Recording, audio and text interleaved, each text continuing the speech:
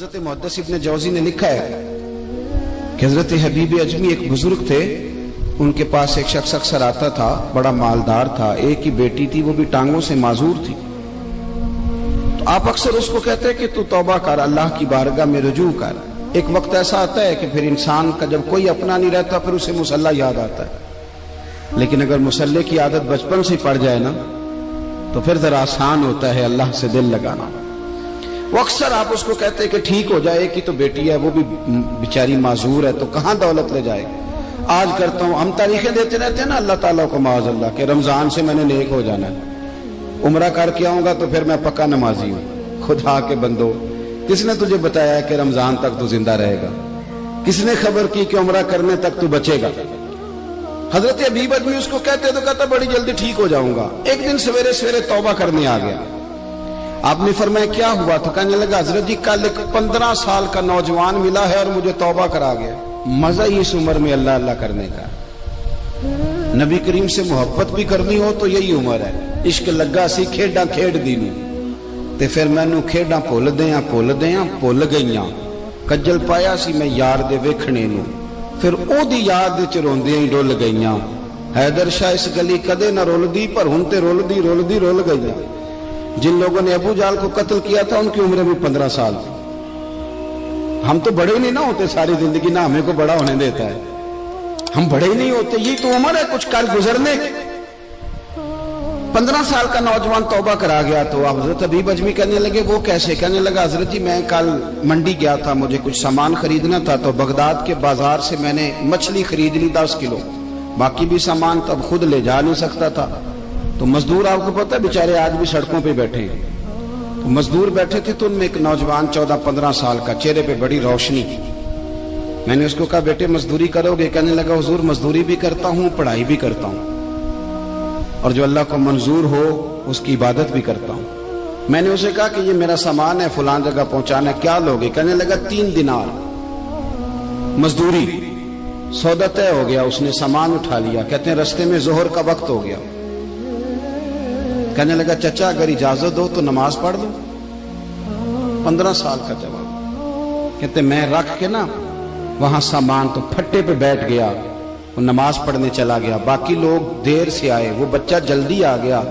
میں نے کہا بیٹے آپ جلدی آ گئے؟ کہنے لگے نفل چھوڑ دیے، آپ یہی نہ سمجھ لیں کہ کام چور ہے، میں بعد میں پڑھ لوں گا۔ کہتے ہیں وہ دوپہر کا وقت، رمضان بھی نہیں تھا، میں اس بچے کو نوجوان گھر لے گیا اور میں نے اپنی بیوی سے کہا کہ بڑا نیک ہے، نمازی ہے، اور راستے میں یہ بھی ہوا ہے کہ میں نے اسے ایک دفعہ کہا ہے کہ یہ مجھے تھوڑی دیر کے لیے دے دو، گرمی بڑی ہے، تمہیں پسینہ آ رہا ہے، میں اٹھا لیتا ہوں۔ کہنے لگا نہیں چچا میں رزق حلال کھاتا ہوں، اگر آپ اٹھائیں گے تو میں 3 دینار مزدوری پوری نہیں لوں گا، پھر پیسے کم کروں گا، میں نے طے کیا ہے کہ اٹھاؤں گا۔ تو کہتے ہیں میں نے اپنی بیوی کو بتایا تو بڑی متاثر ہوئی، کہنے لگی دوپہر کا کھانا پک گیا، اسے کو روٹی کھا لے، رمضان بھی نہیں تھا۔ کہتے میں باہر نکلا، اس کو 3 دینار تھمائے، تو میں نے کہا بیٹے ایک بات میری مانو گے؟ کہنے لگا بتائیے۔ میں نے کہا کھانا پکا ہے کھا لو۔ کہنے لگا میں معافی چاہتا ہوں، میں نے روزہ رکھا ہوا ہے۔ حضور نے حکم دیا، حکم نبی کریم نے حکم دیا، بخاری مسلم کی حدیث ہے، فرمایا نوجوانوں اگر تمہارے پاس طاقت ہے تو نکاح کر لو ورنہ روزے رکھو۔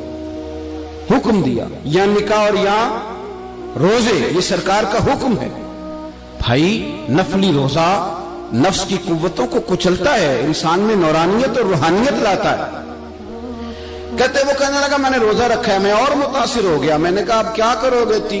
کہیں اور جانا ہے؟ کہنے لگا نہیں، میں جس دن 3 دینار کما لیتا ہوں پھر میں مزید لالچ نہیں کرتا، باقی وقت یا قرآن مجید پڑھتا رہتا ہوں یا نبی پاک پہ درود شریف پڑھتا رہتا ہوں۔ آپ بتائیں تو میں نے کہا کہ افطار میرے ساتھ کر لو۔ کہتے ہیں میں اسے مسجد چھوڑ آیا اور خود میں لوٹ آیا۔ افطار کے بعد میں اسے لایا، کھانا کھلایا، عشاء پڑھی، اس کا گھر دور تھا، میں نے ڈرائنگ روم کھول دیا، بیٹھک کھول دی، وہیں وہ سو گیا۔ میری 20 سال کی معذور بچی کبھی چل نہیں سکتی تھی، کوئی طبیب کوئی حکیم میں نے چھوڑا نہیں تھا جس کو دکھایا نہ ہو، ایک ہی بیٹی وہ بھی معذور پیدائشی۔ اس کے کمرے میں گئے، میاں بیوی اسے کھانا کھلا اور بتایا بیٹے ایک نوجوان ہے، بڑا نیک ہے ہمارے گھر میں، آج بڑا پرہیزگار۔ پتہ ہے حضور نے کیا فرمایا؟ نبی کریم فرماتے ہیں جب نوجوان اٹھ کے تہجد پڑھتا ہے نا، نوجوان تو اللہ فرشتوں کے سامنے اس نوجوان پر فخر فرماتا ہے. اللہ فخر کرتا ہے کہ عمر دیکھو دیکھو یہ میری بارگاہ. اللہ فخر کرتا ہے, اللہ یعنی خدا خود میرے مجلس بود, اللہ فخر کرتا ہے. اب سوچیں, تو ہم نے اپنی بیٹی کو بتایا کہ نوجوان اور بڑا نیک ہے,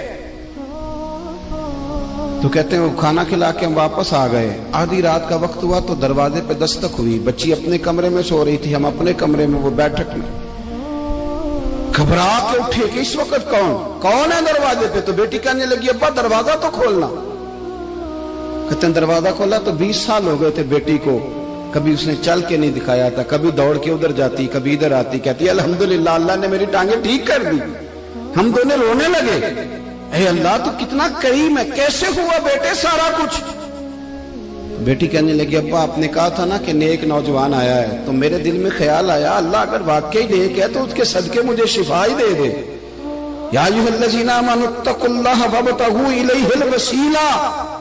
تو کہنے لگی ابھی میری دعا بھی پوری نہیں ہوئی تو رب کریم نے فضل کیا ہے اور مجھے شفا عطا کر دی. کہتے ہم دوڑ کے اس کے کمرے میں گئے, اور جب ہم نے ہاتھ رکھا تو دروازہ پہلے سے کھلا تھا, ایک خط چھوڑ گیا تھا. آج کل کے پیر کی کرامت ہوتی تو فیس بک پہ دے دیتا, باقیوں کو بھی ذرا بھول پتہ چلے. کہتے ہیں وہ خط چھوڑ گیا اپنے بستر پہ کہ اگر تم لوگوں کو مجھ سے محبت ہو گئی ہے تو میرے پیچھے نہ دوڑنا, اس رب کی بارگاہ میں جھکنا جس رب نے میرے اوپر بھی فضل فرمایا ہے اور آپ پر بھی کرم فرمایا. میرے نوجوان دوستو, یہ جو بچپنا ہمیں لوگ کہتے ہیں نا ابھی بچے ہو, ابھی جب آپ بالغ ہو گئے تو نماز فرض ہو گئی, سچ بولنا ضروری ہو گیا, رزق حلال کھانا ضروری ہو گیا, شریعت ساری کی ساری لاگو ہو. ایک تو درگزر سے کام نہیں, دوسرا اپنی زندگی کے اندر خواہشات کو چھوڑیں.